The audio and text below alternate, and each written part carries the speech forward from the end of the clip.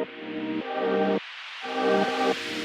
guys, welcome back to the Lovin Dubai show. On this bright and beautiful Monday morning, we talked about tiger sightings, the chance of rain, the new airport expansion, and the woman caught with a lot of weed at Dubai Airport. And so if you are not subscribed to the Lovin Dubai show podcast, don't forget to subscribe to the podcast wherever you get your podcast from. And as always, don't forget to enjoy the show. Good morning, Dubai. Welcome back to the Lovin Dubai show, where we go through the top trending stories that everyone across the country is talking about on this beautiful Monday morning. What a weekend. The city is buzzing. We had Boys to Men. We had RG Singe Bread in Abu Dhabi making its own noise. We had rumours of a tiger spotted in Sharjah, which were quelled by Sharjah authorities. Talks of heavy rain later this week. Our top stories for you today are: His Highness Sheikh Mohammad bin Rashid announces 128 billion dirhams expansion of Al Maktoum Airport. The airport traveller arrested for 4.3 kgs of marijuana at Dubai Airport. And this is why there were dead fish in the Business Bay Canal. We're talking about the comments made by Damac CEO, who said the Dubai floods were exaggerated. As well, later on the show, we have Ravi Menghani that talks about unstoppable footwear, conquering every terrain in the UAE. It's a beautiful, bright and sunny morning with highs of 31 today in Dubai. However, we have an unstable week of weather ahead, with a slight decrease in temperatures later on in the week and rainfall of various intensities expected on Wednesday night and Thursday morning. We're a little bit late today. We had some tech issues. We're super excited for all of our stories today, so we're going to jump right in. So Al Maktoum Airport has a 128 billion dirhams expansion that has been approved. As mentioned, His Highness Sheikh Mohammad bin Rashid Al Maktoum announced the construction of new passenger terminals at Al Maktoum International Airport, costing 128 billion dirhams. Al Maktoum International Airport will be 5 times the current Dubai International Airport and will have the world's largest capacity. That's going to be up to 260 million passengers. Wow, a true game-changing piece of news. So all operations of DXB will eventually be transferred to Al Maktoum International Airport. This will happen within 10 years, and this includes Emirates. In a post on his official social media channels, Sheikh Mohammad wrote, "Today we approved the designs for the new passenger terminals at Al Maktoum International Airport and commencing construction of the building that costs 128 billion dirhams as part of Dubai Aviation corporate strategy." Travel, of course, travel wow. is amazing. It's like, as if we are not getting lost in Dubai Airport. This is going to be coming in and we are going to be getting lost even more. And a lot of people, by the way, have been saying that, via the comments. Everyone's like, oh my God, as if we are not getting lost enough via the Dubai, in the Dubai airport. There is the Al Maktoum airport that's going to be happening that is way larger, and we are for sure going to be getting lost. But isn't it just phenomenal in terms of the growth expected in the city? We're already the busiest international airport in the world for passenger travel, and now they're like, okay, we're just going to make it 5 times bigger. It's already there, the structure's there, but at a tune of 128 billion dirham. What that means for property in the UAE and where we'll go from there. Now the city's going to move, veer towards airports, right? Yeah. So a property in Expo is looking pretty great right now, I would say.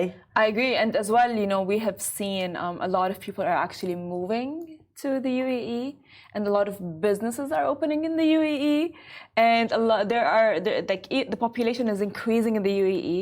So I would say that maybe that makes sense, the fact that they are moving from the DXB airport that we know that is in Garhoud to Al Maktoum, which is going to be near Expo and so on. So I think honestly, for everyone who invested in a house in Expo is quite smart. However, rules will stay the same, which brings us on to our next story. So, traveler arrested with 4.35 kilograms of marijuana at Dubai airport. A traveler had ingeniously hidden 4.35 kilograms of marijuana inside car air filters that were stashed in a secret compartment of her luggage, of the bag, of course, along with the illegal substances that were confiscated, and the woman was handed over to the Dubai Police General Directorate for the Narcotics Control for legal action. Not that ingenious if she was caught, we must say. Dubai Customs shared an image on social media showing the narcotics concealed within car air filters, indicating an effort to evade detection. The accompanying caption detailed how officers uncovered the traveller's attempt to smuggle 4.25 kgs of the illicit substance meticulously hidden within the vehicle's engine filter. In a follow-up post, Dubai Customs wrote, the bag was subjected to a careful inspection after it was suspected, and it was revealed that there was a density inside it, which of course necessitated a careful examination, which revealed the presence of the narcotic herb. Which we know the UAE has an absolute zero tolerance. And it's really interesting to see the comments, because some things that are illegal, people, in other countries, people partake in, right? And there's kind of like a blurred line, and even things happen. But it's just really interesting to know that in a country where there's an absolute zero tolerance, the people like it. And the comments are just saying, we actually don't want your drugs here. Don't bring them to the country. We don't want that type of culture here. So people are so thankful to the police for their intense operations on that. As well, I've heard, I've read a comment that says, you know what, keep it in your country, let Dubai be Dubai, and that's why Dubai is very safe. And by the way, of course, this is what makes Dubai Dubai, right? And I agree, by the way, with all of the comments. Like you come here, and the fact that there are no drugs around, around you, like it's not normalized here in the country. Like, yes, it might be like, I would say, a lot of countries normalize it, but that's what makes Dubai Dubai. And it's legalized in some countries, and you've seen the effects of how this could have, example, an effect on, weed, for example, has such an effect on people in terms of schizophrenia. And you see that. It's only because I was in San Francisco recently where it is legalized. And you'll see the effect that it has on people. And it would really make you question, something that you think is like, something that's not as powerful, but it actually has an immediate effect on people. So as you said, I'm also thankful that the government have a strict zero tolerance on it. As well, and you know what, honestly, what phases me till this point and this day is that some people think that they're going to get away with it, but they often do forget that they are actually in Dubai, and nothing that is done illegally is gonna be like gone. Everything that you guys do, whether even the smallest, tiniest things that they do, for sure you guys will get caught. And I mean, have you seen, like, at this point, the Dubai police are like aware, and one thing that comments that I've read is like, they are so glad that Dubai sticks to its morals. Yes, it has expanded to a lot of things, but Dubai, regarding the drug, I would say, topic, Dubai has really, stuck to its morals. The standards have remained the same. I 100% agree. Speaking of standards and clearing something from the public, this is why there were dead fish in the Business Bay Canal. So we all saw the videos of the dead fish. They've been all over social media in the last few days. People were speculating, was it due to the floods? Maybe, for example, there was trash in the water and that led to it. However, Dubai municipality have addressed the concern, stating that weather changes and rising sea surface temperatures are the cause. Which is what we've talked about last week. And it honestly, it amazes me at this point because, a lot of the, we do tend to, let's say, like, judge and not understand that, because of, like, we go like, oh yeah, it's because of the dirt of the water, all of these things. Yes, of course, you have to keep, our earth clean so we can live longer. But of course, because of the weather changes and climate change as well, it actually plays a huge role. So there's something that we discussed that we saw in the media last week called the El Nino, and it's a weather condition that actually leads to temperature in the sea rising, and then it can be amplified by climate change, but it is something that happens in this region, so it's actually not unheard of. But what the authorities are doing is that they're clearing the area. And I just feel bad for the poor fishies, Dubai municipality, they actually tweeted the story. They said they confirmed that the fish deaths seen in some water channels in Dubai are a normal natural phenomenon due to weather changes and rising sea surface temperatures. Specialized teams are managing the situation by removing the dead fish. Of course, because like again, like and that you've just mentioned, it releases more heat into the atmosphere, and of course, with the heat that is like in Dubai, it is, I would say, maybe. I have no idea what to say. But yeah, I think it's just like, the El Nino is there to blame. Well, it's Dubai municipality say it's a natural phenomenon that happens due to weather changes. So although I think when we see it, it's quite shocking to see all the fishies. But let's hopefully, I don't know. I just feel bad for the fishies. It's got nothing to do with the floods, which is basically what I think people are realizing. Jumping into our next story, 8:52. Speaking of the floods, Damac CEO has said the Dubai floods were exaggerated. Hussein Sajrani, Damac Properties chairman, said the floods in the UAE were exaggerated after the UAE was hit with a storm with a year's worth of rain in a day. He said he was speaking to CNBC News. He said, fine, we get some in some malls, some damage, but if the mall is 3 million square foot and if 100-meter leakage or whatever happens, it's not the end of the world, and it was fixed the next day. He acknowledged that there were pockets of problems. I'm not saying no, it didn't happen, but it was overly exaggerated. And in a country like Miami, you actually see these things quite regularly. And as well, of course, that's today with the environment changing. Of course, you guys, we understand that. And we have seen, by the way, something that everyone goes like, oh my, everyone was like, oh my God, Dubai did not pick up. There's still this area that is flooded. There's still that, and still everywhere, everywhere in the world, you're getting those kind of storms, which is understandable, okay, and Dubai has been hit with that, but they actually managed it very well. And he as well continued by adding that, the preparation was done in advance. In advance. He said the other thing is 2 days before the storm came, because the warning was there. Of course, I had a Zoom call from London with our management, and we agreed to put an action plan, and we took a very good action plan, so we are ready for it, which was the case. A lot of people did actually go like, this area is still flooded, this area is still that, this area, blah, blah, blah. Yeah, but in 3 days, a lot of the roads, or let me say the major roads, were actually open, and they were actually, available to people. Maybe some community areas were not, like my area and like some other areas, but they were open, and they were applauded. And a lot of, and mind you guys, it was the biggest storm to ever come. We made it to New York Times.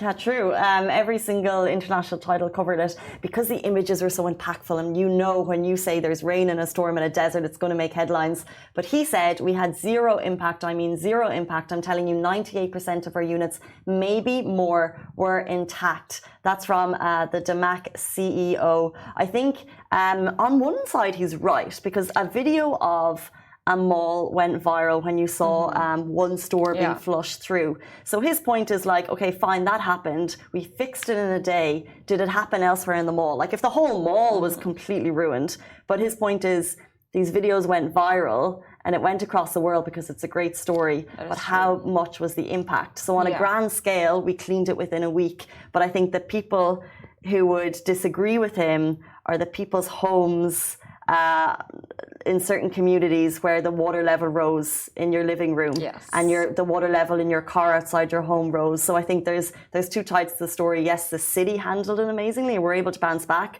but on a people side, if your home is flooded, you can't see the bigger picture here. You're looking at your living room and it's still flooded, and the bottoms of your couch are ruined, and there's that side to it too that maybe he doesn't see. It is actually understandable, but you know what, Casey, is that I feel like as people, because we're human, right? It's very hard to avoid looking at the positive aspect of anything, specifically when something bad happens. It's very hard to be like, fine, you know what, this happened, but this and that happened as well. For example, like, yes, the floods happened. Yes, the storm happened. But UAE bounced back in 3 days.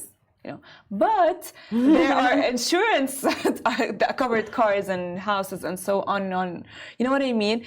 I understand like the thing like, oh my God, this is happening, but it's not happening to you. It's happening collectively to everyone around, and it's like the UAE bounced back in 3 days. So why don't we talk about that? Yeah, so true. I think, I still look at the people, but I think what the UAE has put in place in terms of the insurance, as you said, has been a great deed. And you're so right. Why are those headlines not making international news. Yeah. Like yes, Dubai flooded, but if you have comprehensive insurance, the country's covering it. Like Yeah. the country, like that doesn't happen anywhere, and it's not just for citizens, it's for residents too. So I agree. Exactly. Where is that in the New York Times headline? Guys, it's 8:57, which means it's time for our next guest. We're talking soul, comfort, and everything with Keen Footwear. He'll be with us after this very short break. Back to the Lovin Dubai show, Instagram. Thank you for staying tuned. Today's guest is Ravi Menghani, a dynamic entrepreneur and investor with a passion for footwear and sports, with 14 years of experience in strategy and business development. He's playing a crucial role in shaping successful projects in the retail and licensing industries. Welcome, Ravi, to the show. Thank you for being here on Monday morning. Thank you so much. Thank you for having us here. It's been a pleasure to talk about what we've been doing, and of course to let the audience know about Keen Footwear. Cool. That's the new brand that we kind of onboarded. So yeah, thank you very much for having us here. Awesome. Well, thank you for being here.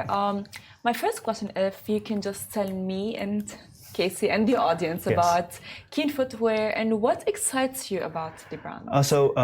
It's a brand out of Portland, Oregon.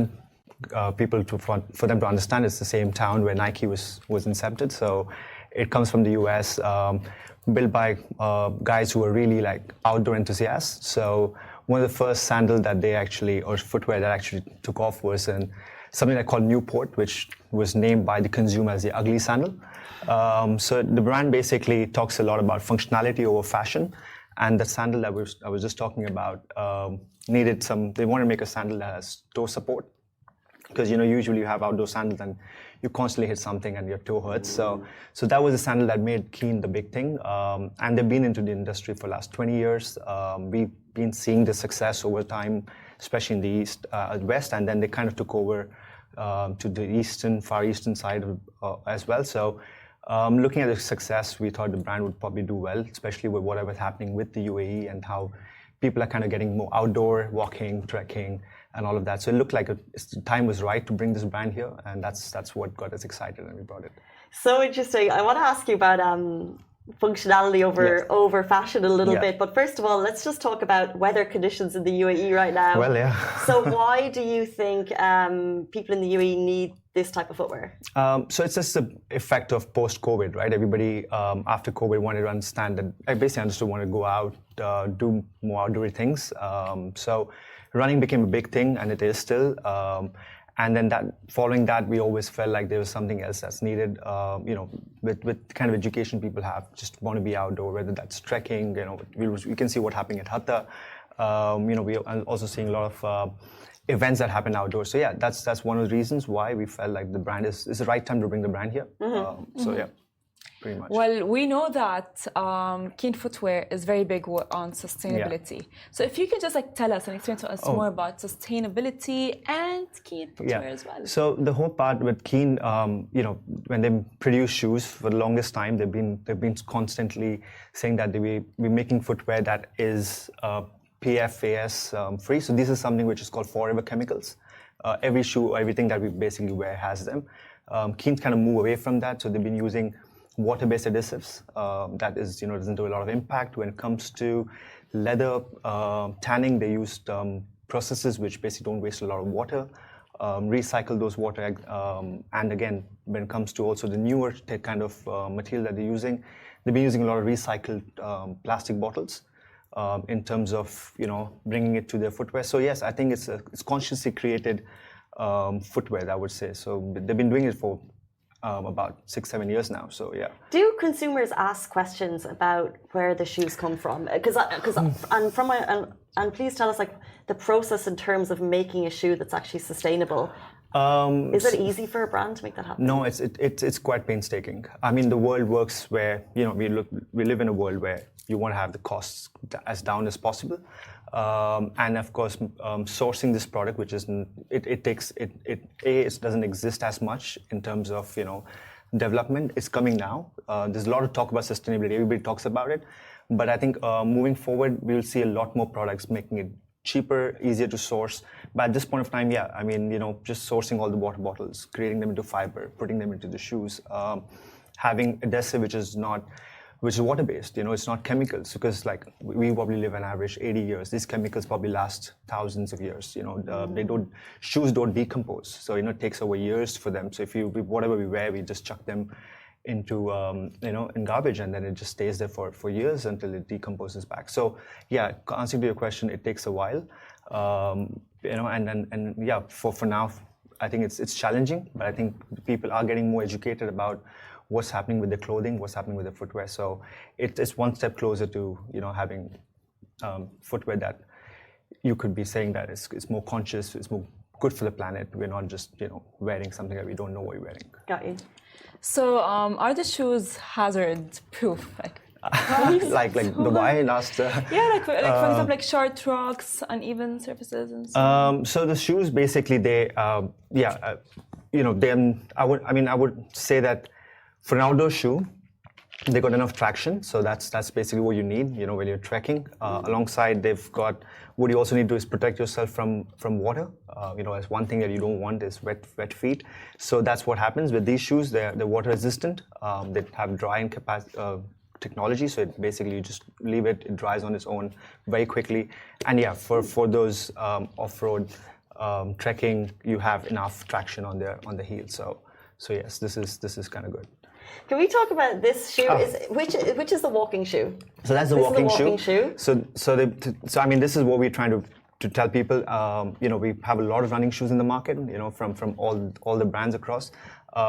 Keen basically thought about just around COVID time that we need a shoe that is great for walking only, because our biomechanics are very different. When you walk and you run, while you're walking, most of the time your foot is on the ground. It has some, but when you're running, you have that few seconds that your feet, both the foot, is not on the ground. So the pressures are very different. This is very unique to Keen. They have a curved technology that allows you to basically walk. Then you feel like you're kind of rolling into your next stride. So it makes your 10,000 steps feel like 5,000. So that's how I would say how it is. We need to put that to the test for sure. So there's a walking shoe specifically designed for walking, which you're right. Yeah. That doesn't really get enough attention, and many of us, I could tell you I'm a runner, but in fact I'm more of a walker than I'm of a runner, that's for sure. Same. I mean, I have like my watch, and like I try to finish my 10,000 steps around the house or around the area and so on, but I don't finish them. Yeah, me neither. Yeah, so I think people, they all like to walk, but they don't understand that you need specific footwear, which sounds crazy, but it is actually true that you need that kind of, because their biomechanics are so different. So yeah. And the next shoe here, is this the Unique? That's unique, yes. It is certainly unique. Talk to us about brands deciding to go functionality over fashion. And I think it makes a statement itself, right? Oh, it does. I mean, people perceive the shoe, as really great looking to an ugly sandal. But what I would say, it's so unique. It's actually made by just cord and two soles. The cord's basically a recycled fiber. So the great thing about this footwear is that it's wide enough, so it has enough space for your toes to wiggle, but at the same time it has a smaller heel, so it has enough support in it. It has enough room. The actual sole itself, the insole is anti-odor, so you wear sandals, and if you're outdoors, you might get sweaty feet, but it doesn't stink. So that's kind of cool about this. And then at the same time, it's with the world that it is, influencers have kind of picked onto this, and they've kind of been styling it in their own ways. So I think it's the most comfortable sandal that I've worn, and I think a lot of people and a lot of consumers have come back. So this is probably Keen's best-selling shoe at the moment. So yes, it's quite cool. Have you seen like an upward? Sorry, I just have a question on this specifically. Sure. Have you seen an upward rise in expenditure? Do you think people are really interested in statement shoes, right? Because I think 10 years ago, everyone was wearing the same shoes all the time. Yeah. And thanks to certain brands, people now are like, I'm comfortable and I don't care. Like, do you see that that's the trend right now? I mean, comfort's become a big deal, right? I mean, back in the day, we made wear shoes that would hurt, but we look like, hey, looks good on us, so we have to wear it. And everybody was kind of doing that. I think for last few years with, of course, this whole trend changing with sneakers and stuff, we've always seen that, people want to be more comfortable in what it is. And then again, some silhouettes have been able to express yourself more, and that's exactly how we want to be self-expressive. So I think in that sense, this kind of brings in certain style, which some people love it. Cool. So I think it's very unique. I mean, it stands for the name, right? It's unique, so it kind of gives you that. Exactly. feel as well. So yeah. It is. So of course, I'm sure that, like creating the product Yes. must have taken a lot. So do you have I would say conversations with hikers, people who walk and so on, just to improve the shoes more? I mean, each shoe that Keen does, it goes through vigorous tests, and of course they bring in a lot of these outdoor enthusiasts to come and test the shoes and tell them exactly what's right, what's wrong, how do you feel with them. So like Unique took about the walking shoe took 3 years before it actually got into the consumer. So they're very slow and they take their own sweet time to make sure the product is great. But coming down to also influencers and the brand goes out there, especially when it comes to some of their lines, they actually go out to environmentalists to actually then go and promote the brand. So that's one side of the branding that's done. The other is, of course, products like Unique would do collaborations with brands like End, which is a sneaker brand, Hiking Patrol. So these sort of, they bring collaborations into a place as well. But again, any product goes out into market is being, vigorously tested before it goes, What are the challenges with introducing a brand that's clearly well loved in the States, but introducing it to a whole new market, particularly the Middle East? I mean, the challenge, of course, to get the word out for people to know that it's finally here. If they were the fans of the brand, and if not, then Dubai is there's so much of noise around anything that you bring in, right? So and what with Keen at least is that it's such unique, so it kind of stands out on its own. So I feel like we've been a little lucky with there. And of course, the USPs are such where we feel that it would probably get momentum is when people start wearing it. I mean, word of mouth is great in Dubai, and in the city itself. So we feel, we'll probably bring it out, and the comfort that it offers, I'm quite confident that it will stick and people will love it. I'm a walker, I'm a hiker, I'm sold. I mean, I am a walker myself, but because I'm a walker myself and I do have my own sneakers, so I do not tend to, I would say, pay attention to the details, while walking. All I know is that I'm finishing my steps and walking, right? That's what matters to me. So if you could just give me and Casey and everyone who loves to walk insights of what difference actually is does the shoes make while walking from other shoes? See, the main difference or the main key areas is the way it's been made. I mean, comfort is the backbone of the shoe. So we have a lot of, there's a lot of responsive cushioning here. So when it's all about education, right? You said people wear shoes, they don't think about feet. The last thing that we think about is our foot, right? Which is basically all the load bearing that's happening because, we be on our feet all the time. So the footwear was made understanding cushioning to a point where it's responsive. Structure where it's when you're talking about walking, it has that the geometry that is curved. Comfort's important. Enough space. You don't want chafing. You want to make sure there's enough room at places you need room. There's enough support, whether there's arch support, heel support. So I think in totality, it's a footwear that's made understanding the foot biomechanics. So I think in that sense, it is something that's really good for your feet, good for the planet. And it looks a bit strange, but again, that's how the brand stands for. Can I just say, I can think about 5 people I'm going to get these for Christmas because you want to get gifts for people that they'll actually use that will make a difference in their life. Sure. And I think this is for conscious shoppers. Oh, for sure, absolutely. And I'm sold. I'm absolutely sold. Fantastic. Where can people buy them? So we're going online with 6th Street. So that's where we're only launching the brand, and then from there on, most retailers would be carrying it. We've got a store called Soul Therapy in Festival City that will be carrying it, and then again we're doing a lot of regional work as well. But you will find them on keen.ae very, very soon, and the first launch is going to be with 6th Street. Best of luck with expanding the brand across the country and the region, I have no doubt. Thank you so much. Thanks for having us here. And I'm glad you like the shoes. Thank you for joining us. Guys, that brings us to the end of the show. We're back with you tomorrow morning, same time, same place. Bye-bye for me. Bye-bye.